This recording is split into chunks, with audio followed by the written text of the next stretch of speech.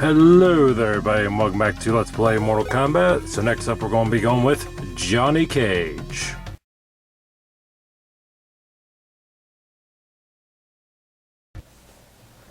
Yeah, I figured might as well get my worst out of the way, right? Why not? And the sad part is, if I'm just going to be honest, I don't even know why I'm so bad with Johnny Cage in this game. Like, I actually think he's pretty good in Mortal Kombat 2, most of the other games, but for some reason in this one, I just suck with him. I don't know if the AI is just smarter against him or what, but for whatever reason, I struggle playing as this guy. It's a shame, because he is a fun character to play as, don't get me wrong. I don't hate Johnny Cage, it's just I really suck with him, unfortunately. If you're wondering why I'm continuously blocking, by the way, because I'm trying to demonstrate his other move, the Nutcracker. And believe it or not, the site I read it off of wrote it down wrong. So you're going to see me attempt it quite a few times and fail because, unfortunately, I don't remember the site name, but whatever site I looked up from is completely wrong. So, just figured I'd mention that real quick. That's not me being an idiot, I'm just going to stand here and block. You know, that's me trying to pull off the Nutcracker, which was written down wrong on that one site, unfortunately. At least for the Genesis version. I don't know if it's different in the arcade version or what. But anyways, on to Scorpion now, and I just got a flawless victory. Hell yeah! One thing that's definitely missed in the Genesis version is Johnny Cage's "yeah" after he wins a round, because the arcade version he's like "yeah" and he puts on his sunglasses. I'm like, that's actually pretty cool. I wish he did that in the sequel, but unfortunately he does not. And as for his fatality, the uppercut, that's kind of bland if I'm going to be honest. Compared to the other fatalities, it's pretty weak sauce. It's better than a Super Nintendo fatality, but that's not saying much. Some of the Mortal Kombat knockoffs I've seen have better fatalities than that. Yes, I went that far.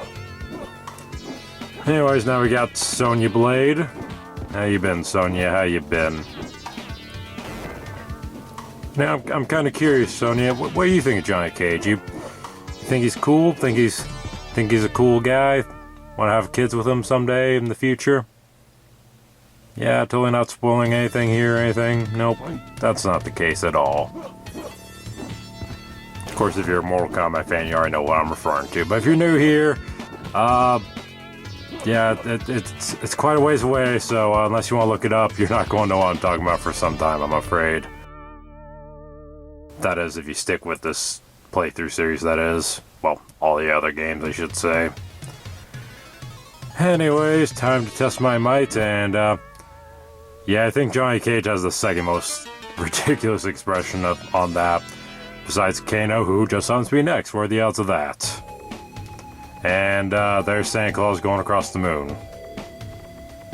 Again, I ask, why is that here? Like, some weird things pass by that moon. A kite, a rocket, fucking witch, and Santa Claus. Like, what the hell? Why? Why is Santa Claus passing through the same time as a witch? Halloween and Christmas are in 2 separate months, for crying out loud. This makes no logical sense. Now we got that blimp or UFO, where the hell it is. Seriously, that looks like a blimp to me. I think it's a blimp.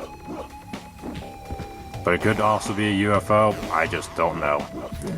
Anyways, goodbye, Kano. And boy, he lands on the spikes weirdly, doesn't he?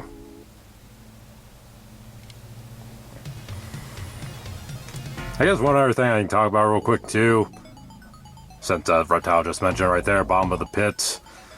I just have to ask, since we fight Reptile in the bottom of the pit, why does nobody get horribly impaled when they uppercut each other down there? Why? I'm just quite curious. And better yet, why does Reptile hang on a place where he could possibly die if he accidentally trips onto a spike or something like that? I don't get it. But, back to what I was going to talk about. I didn't mention it before, but the pit in the arcade version is a lot more graphic in that it has a couple bodies and a couple heads in there as well.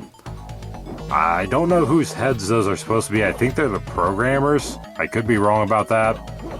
But all I can say is it is disturbing and creepy looking as fuck even to this day, in my opinion. Like, I know it's not very realistic looking, but honestly, I think that's why it's creepy looking to this day. It just looks so weird and out of place. And I just have to ask too, why are there fucking heads down there? Like, what, did someone get decapitated on top of the bridge and then the head just fell down? Like, what? Fight. I don't know. I'm probably thinking too far into this. I tend to do that a lot, and this is when I finally figure out how to do the fucking Nutcracker. Like, oh, the site wrote it down wrong, at least for the Genesis version. Thank you so much, site. And it's very hard to perform this move on characters at this point, so I gotta perform it at least once just so I can show it off, but we'll see if Liu Kang will let me, right? Don't worry, he will. Ah, damn it. There we go. Now, don't get me wrong, that is a very fun move to do, but if I'm just going to be brutally honest here, it is really shitty to use in the original MK. At least on the Genesis version, because I find you can't combo off of it. To explain what I mean is, in Mortal Kombat 2, he has the Nut Punch again, but after you do the Nut Punch, the opponent's stunned for a second, and then you can give him an uppercut, or maybe kick him up and then go for a shadow kick. It's just so much better in MK2, whereas here, he just kind of punches you below the belt and that's it. Also, fun fact, if you try that on a female fighter, he will flat out not do the move. Like, he'll do the splits, but he will not do the punch part. Which I always found kind of interesting. You know, it's just a move in the game, so shouldn't it technically work no matter who it is? I don't know. It does work just fine in the later games, but for a reason the first two, well, actually no, all the original games, I think till MK9 or Mei Shaolin Monks, it just didn't work on the female opponents anyways. And I don't think that'd be the only time a move would be kind of bullshit, because I remember in Deadly Alliance, Sonya has like this kiss move to stun people. And when she does that to Kenshi, a character we'll be seeing in Deadly Alliance, who wears a blindfold because he's blind, it doesn't affect him at all, if I recall correctly. Which, I guess that makes sense from, you know, a logic standpoint, but from a gameplay standpoint, it should fucking work, goddammit. I know I shouldn't be talking about the sequels and whatnot right now, but that's just something I wanted to point out as, like, an example, so... Anyways, back on topic. Here's another fun fact for you. The Shadow Ball I'm shooting out, or keep shooting out, that is actually not supposed to be white like it is on this version. It's actually supposed to be green. Whether the Genesis couldn't handle the color or whatever, for whatever reason in this version, it's a different color. I don't know why that is, but whatever the case, that's what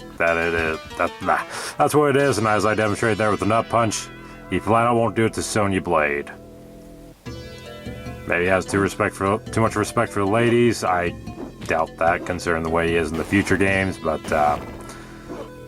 yeah. I haven't really talked about his character much. Johnny Cage is actually a movie actor, as you saw in his bio that I showed off earlier, so there's that. And he's kind of one of those arrogant jerk ones, for the most part. Which, you know, normally I'm not the biggest fan of egotistical characters, but I think Johnny Cage does it kind of like Super Macho Man from Punch-Out on Wii, you know, for example. You know, he's just so full of himself, especially in the later games, that I find him more funny than annoying, so... That's how you do an egotistical character right, in my opinion. Also, Johnny Cage in the movie, the first Mortal Kombat movie, was fucking amazing, seriously. Those were $500 sunglasses, asshole. I love the first movie. I don't care what anyone says, the first movie's still awesome to this day. Yes, it's cheesy and silly, but that's exactly why I love it now as an adult. It's why I love Power Rangers now as an adult. It's just goofy fun, and that's the way I like it. It's why I love the original Resident Evil so much.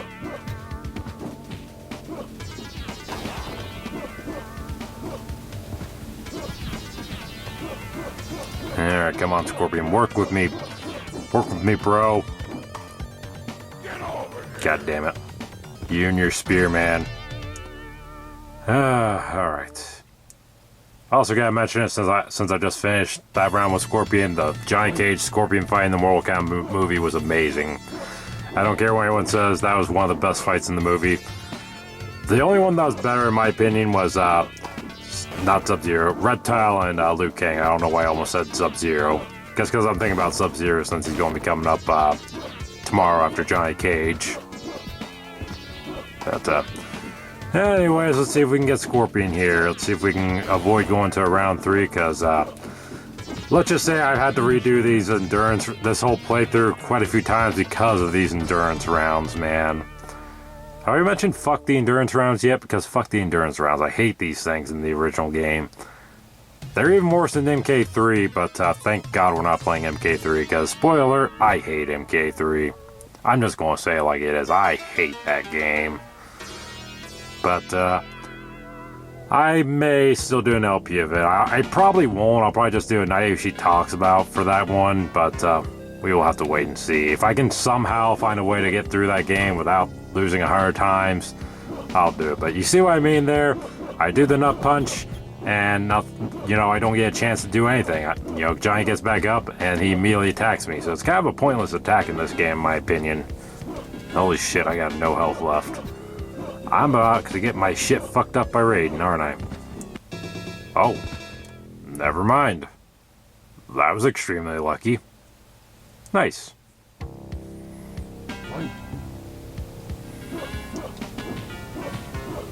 Alright. Let's hope I can get him here. Because I really don't want to go to round 3. Because that would really suck.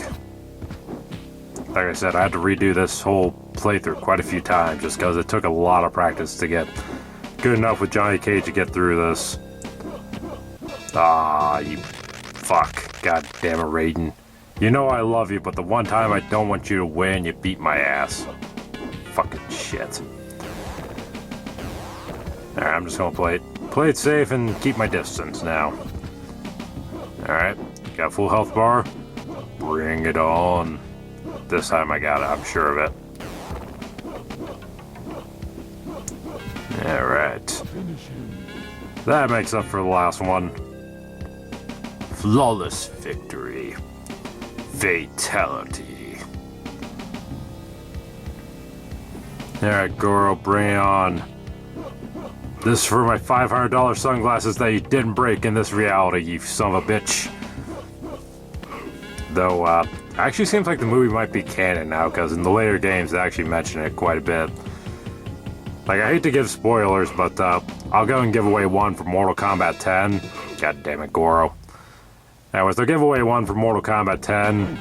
There's actually an intro with Goro and Johnny Cage where Goro's just like, Johnny Cage! And then Cage is like, don't you owe me some sunglasses? Here is what you are owed! And it's like, it's an obvious reference to the movie, because in the movie, Goro takes Johnny Cage's sunglasses and just smashes them in his hand. It's a great scene, I must say. Like, seriously, the guy that played Johnny Cage in the original movie was just so good. I wouldn't mind seeing him come back for another role as Johnny Cage, but I doubt it'll happen. If anybody else should play Johnny Cage, it should be The Miz from WWE. That guy would just do it, knock it out of the park, in my opinion.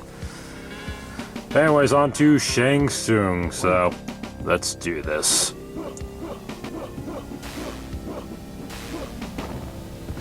Okay, this is not going well so far. Oh shit, he chose Raiden, the guy that kicked my ass before. Ah, how would I miss him? Oh, you bastard, you returned my Shadow Ball. That's not cool. Oh yeah, I get to throw the Shadow Ball. There we go. Alright. Let's get him here.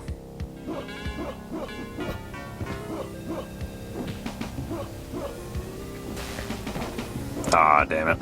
That was a dumb idea on my part. That was a dumb idea on my part. Why did I do it? I don't know. Alright, one more. There we go. Outstanding. I win. Alright, let's check out his ending, shall we?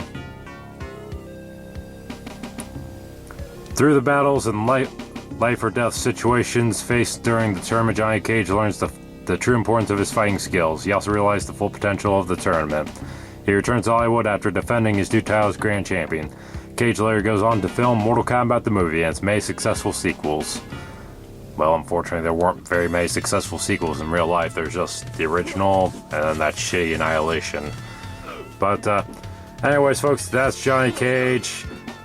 Not my best character in this game. It took quite a few tries for me to get, decent enough to get through this, but, it is what it is. And, yeah, that's all you got. So thank you all for watching, and I'll see you on the next playthrough. Later.